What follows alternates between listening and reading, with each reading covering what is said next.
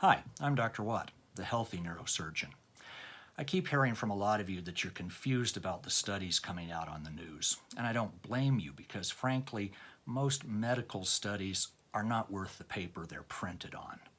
Now, in fairness, it's very hard to do a medical study on people. You almost cannot control all the variables, so you're only looking at one thing, which is what we like in science. And there are ethical concerns. There are things you just can't do to another human being.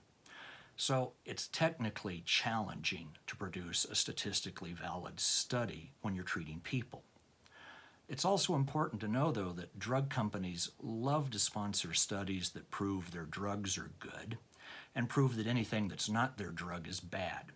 By the same token, Big Ag and the food industry love studies that show that their product is good and healthy for you. And these companies are paying for these studies. So even if the researcher is not really biased to begin with, you have to realize there's a certain conflict of interest when the person paying for the study already knows what they want the study to show. They're not looking for an answer, they're looking for validation.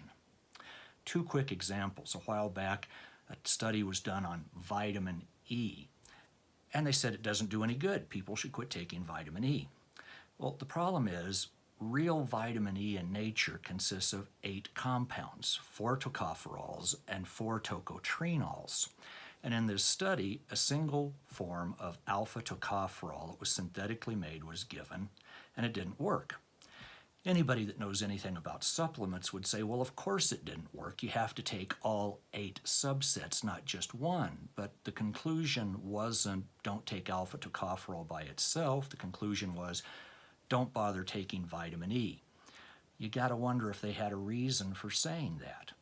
The worst example of all was the Women's Health Initiative, where they convinced women that hormones were dangerous. Well, the problem is they gave these women the birth control pill, which is estrogen derived from horse urine, and a substance that's not even progesterone at all. It's kind of like progesterone. It has the same effect on whether a gal gets pregnant or not, but it has none of the other effects on the body that progesterone has. As a matter of fact, a lot of the effects of medroxyprogestin are opposite of the effects of real progesterone. But instead of saying this study showed the pill is dangerous and women shouldn't be on birth control pills, which is what it showed, they said hormones are dangerous. And so women were scared away from taking bioidentical human hormones in an appropriate fashion. You've probably heard the expression caveat emptor, let the buyer beware. In graduate school, you learn caveat lectorum, let the reader beware. Look, you've got to think carefully about studies before you accept what they say at face value. What were their biases? Who's paying for what? Was there a hidden agenda? Think before you blindly accept.